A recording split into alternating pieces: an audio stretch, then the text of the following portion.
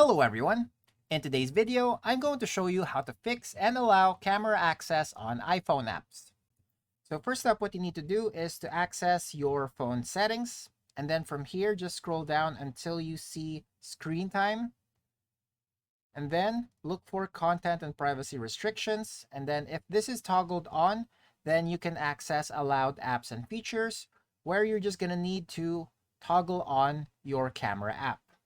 Or better yet, you can just completely turn off content and privacy restrictions.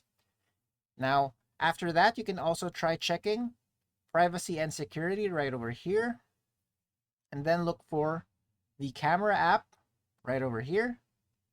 And then look for the specific app that's encountering problems with camera access. So you're just going to make sure that that app has access to your camera and that it's toggled on in this section. Now, if you've already done that, and then you can head to the specific app that's encountering issues with your camera. So for example, Snapchat.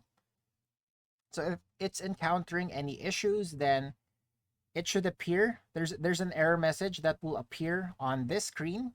And if that still appears even after tinkering with those settings, then you can just close the app, relaunch it, restart your phone, or reinstall the specific app that's encountering those issues.